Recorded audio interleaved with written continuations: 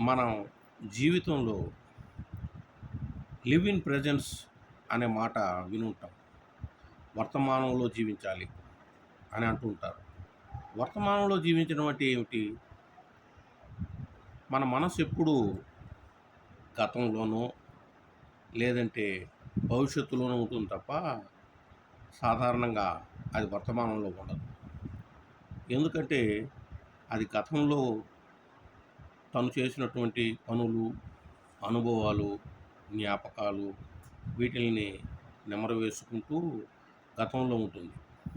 లేదా భవిష్యత్తు పట్ల తను ఊహించుకున్నటువంటి ఊహలు, తను చేయబోయేటటువంటి ప్రయత్నాలు, తను చేయబోయేటటువంటి పనుల గురించి ఎప్పుడూ ఆలోచిస్తూ బిజీగా ఉంటుంది.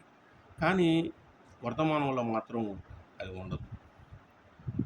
గతంలోనూ, భవిష్యత్తులోనూ ఉండేటువంటి మనసు వర్తమానంలో ఉండకపోవడం వల్ల ఆ గతము, భవిష్యత్తు సరిగా ఉండదు.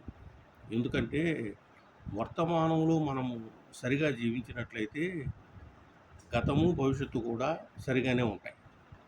కాబట్టి ఉన్నది వర్తమానమే అనుకున్నప్పుడు మనము వర్తమానంలో చాలా అటెంటివ్‌గా ఉండగలిగితే అది జీవితానికి ఒక అవగాహన పూర్వకమైనటువంటి ప్రయత్నాన్ని కలిగిస్తుంది.